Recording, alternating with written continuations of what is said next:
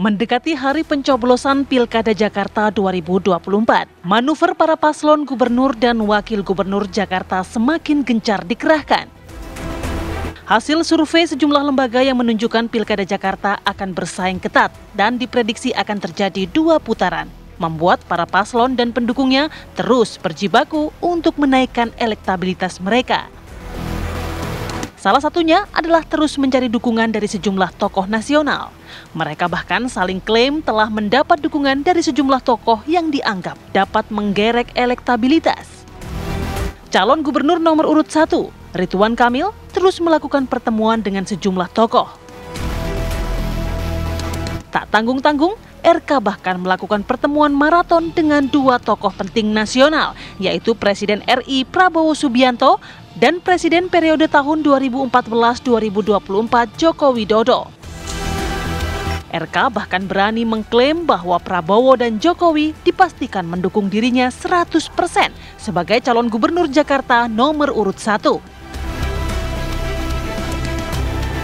Sedangkan pasangan calon nomor urut 3, Pramono Anung Rano Karno, terus bergerilya meyakinkan sejumlah tokoh untuk berada satu perahu dengan mereka. Meski telah mengantongi dukungan dari mantan gubernur DKI Basuki Cahayapurnama, Pramono Rano terus mencari dukungan dari sejumlah tokoh nasional. Salah satunya adalah mantan gubernur DKI Anies Baswedan. Di sejumlah kesempatan, Rano bahkan meyakini meski tidak secara gamblang, Anies mendukung Pramono Rano. Namun Rano mengklaim para pendukung Anies saat ini berada di posisi mereka. Lantas, benarkah mendapat endorsement dari nama besar tokoh nasional bisa menaikkan elektabilitas?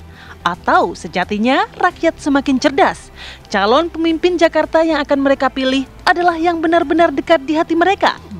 Tim TV One mengabarkan. Nah, untuk membahas hal ini nih ya, kita sudah mengundang narasumber. Nih di studio 1 orang, ya. Melalui Zoom 2 orang. Di Aris Setiawan Yodi, apa kabar? Assalamualaikum. Selamat pagi, waalaikumsalam. Salam Jakarta menyala. Menyala ya? Menyala sekali. Iya. Udah hadir di sini nyala loh. Menyala. Hasil survei juga menyala semua kita. Wih, sudah menyinggung hasil survei. Juga ada Profesor Siti Fadila Supari. Selamat pagi, assalamualaikum, Bu Siti. Pagi, assalamualaikum Bu Siti. Waalaikumsalam, waalaikumsalam. Terima kasih. Maaf dari Zoom. Nggak apa-apa, Bu. Nggak apa-apa, Ibu. Juga ada Cheryl Tansil. Selamat pagi, Cheryl. Apa kabar? Pagi, Mbak Cheryl. Halo, pagi semuanya. Pagi.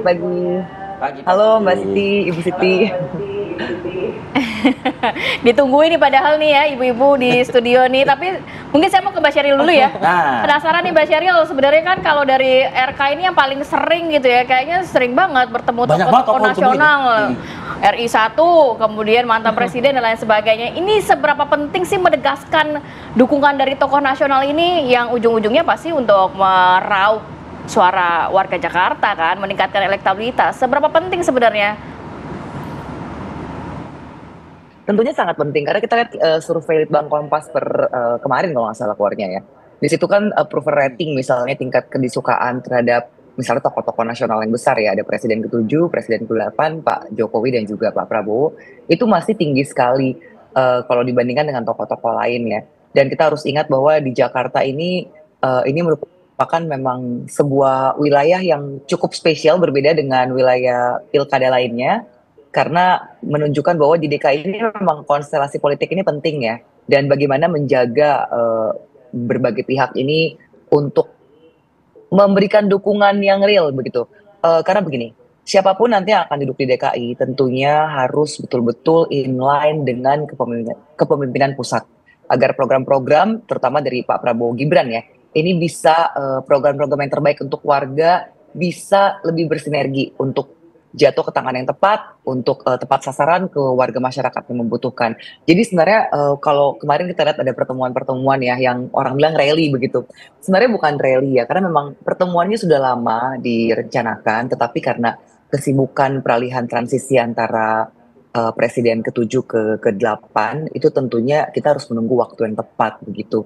Tapi intinya pertemuan kemarin itu lebih banyak berkoordinasi seperti apa sih DKI nanti kalau memang takdir menentukan ya bahwa Pak Ridwan Kamil dan Pak Suswono yang akan memimpin di DKI. Jadi lebih koordinasi bagaimana nanti program-program, dan kalau terkait dengan pertemuan dengan Pak Prabowo, kita harus ingat bahwa Presiden melakukan pertemuan itu seusai jam kerja, dan Pak Presiden, Pak Prabowo dalam hal ini kan juga sebenarnya merupakan ketua umum dari salah satu dari 16 partai yang mendukung Pak Ridwan Kamil dan Pak Suswono untuk maju di Pilgub DKI ini. Gitu.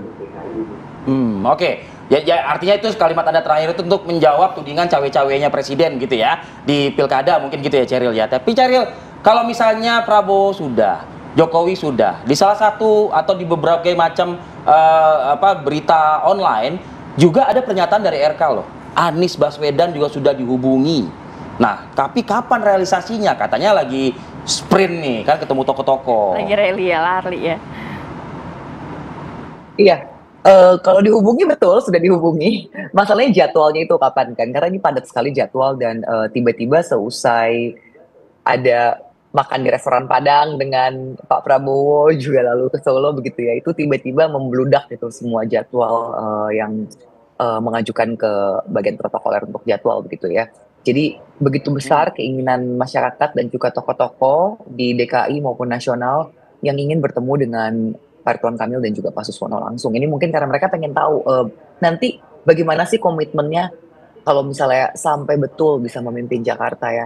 Dan tentunya memang kita harus menemui, karena bagaimanapun juga Bang Ridwan Kamil ini kan boleh dibilang dia adalah tokoh daerah yang punya popularitas nasional begitu ya.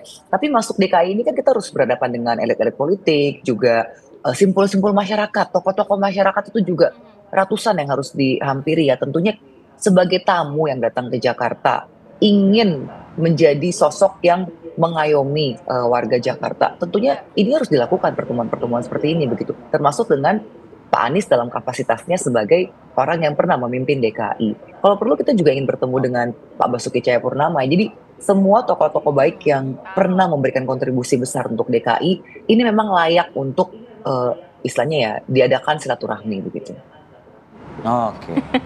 Mas Aris sudah senyum-senyum aja nih, tapi saya mau ke Ibu Siti Fadila dulu. Sesuai nomor urut aja lah. Sesuai nomor urut aja ya. Bu Siti Fadila, ini kalau melihat dua paslon lainnya nampaknya sudah ramai begitu ya, diberitakan di online, di media konvensional, bertemu sana sini, tokoh nasional dan lain sebagainya. Nampaknya yang kurang ada gerakan-gerakan manuver-manuvernya. Kata siapa tuh? Karena kita tanya langsung nih. Ini Dharma ini nggak ketemu karena sudah ada mantan Menteri Kesehatan di dalamnya. Di dalam tim sesnya ya. Nah, kalau dari menurut sisi Dharma Kun sendiri melihat, ya silakan. Menurut saya manuver dengan cara mendekati penguasa itu adalah gaya lama yang belum tentu disenangi masyarakat Jakarta yang mempunyai pemikiran-pemikiran yang rasional. Seolah-olah penguasa itu akan bisa mengatur pemenangannya. Nah itu suatu konsep yang sangat salah. Dan kalau saya lihat pada paslon 01, maaf ya Mbak Ceril, nah itu satu dia bertemu dengan Pak Prabowo, kemudian kayak panik, kemudian ke tempatnya ke Solo. Nah itu menunjukkan kepanikannya. Menurut saya 01 itu panik. Satu, itunya menurun dibandingkan dengan 03 ya Pak Arief ya. Bapak Arief senyum-senyum nih Pak Arief. Nah kemudian menurun, kemudian Pak Suswono mendapatkan apa namanya suatu kecelakaan di dalam berbicara, di mana dia mendiskreditkan Nabi Muhammad. Itu berat sekali untuk umat Islam yang konon itu adalah mayoritas di Jakarta. Waduh, itu betul-betul sangat menyakiti hati orang masyarakat Islam. Nah itu kayaknya beliau panik ke tempat Pak Prabowo. Saya yakin Pak Prabowo menjawab, saya netral.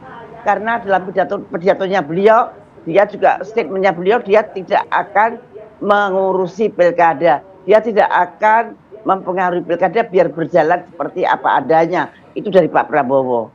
Nah kalau independen harus menghargai itu. Nah kemudian dia lari ke Solo, ke Pak Jokowi. Ini menunjukkan suatu kepanikan.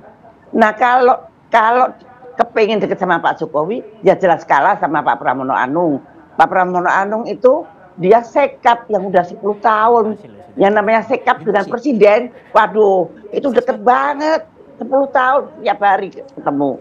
Nah, itu menurut saya suatu hal yang apa namanya, kalau ingin menyaingi kedekatan. Tapi saya kira Pak Prabowo pasti juga tidak mau dibilang tidak adil. Apalagi Pak Jokowi yang sudah tenang-tenang di Solo, dia akan tidak mau dibilang cawe-cawe. Nah, ini menurut saya kok itu suatu kepanikannya dari 01. Nah, nah kalau 03 sebetulnya kalau Pak Prabowo masih ada poin untuk 03-nya ternyata. Sudah dekat dengan Pak. Singkat aja, Bu. Jadi mestinya jangan berlomba mendekati penguasa, tapi berlomba mendekati rakyat. Kemudian Bu Siti, saya ingin dengar komentarnya Sheryl dong dari pernyataan Bu Siti, Sheryl. Rakyat itu. Jadi menurut saya itu kepanikan saja. Dan kemudian apakah mendekati penguasa itu pasti akan menjadi menang? Itu belum tentu, menurut saya belum tentu. Nah, yang paling penting adalah bagaimana mendekati rakyat, itu saja. Baik, Ibu Siti. Sheryl, silakan Sheryl. Baik. Thank you, Arif. Silakan saja ya kalau Bu Siti mengatakan mendekati penguasa, tapi dalam konteks ini, tadi saya melihat Ibu Siti sebagai ketua tim ses pasangan Paslon 02, jadi lebih seperti jubirnya pasangannya Pramono ini. Maaf Bu Siti. Tapi begini, kalau misalnya kita uji kedekatannya, pertanyaan saya begini, pasti banyak sekali orang yang ingin bertemu dengan Pak Prabowo ataupun Pak Jokowi begitu kan. Tapi pertanyaannya bisa ketemu atau tidak? Yang jelas Pak Ridwan Kamil diterima dengan baik. Kemarin dalam deklarasi Gerakan Solidaritas Nasional juga berkali-kali disebutkan oleh Pak Prabowo ya, bagaimana Pak Ridwan Kamil memang didukung untuk maju dalam DKI. Dan kalau misalnya bicara kedekatan, saya rasa dekat Pak Ridwan Kamil dengan Pak Jokowi, karena ingat dalam koordinasi pusat dan daerah, Pak Ridwan Kamil itu gubernur dan kurator IKN.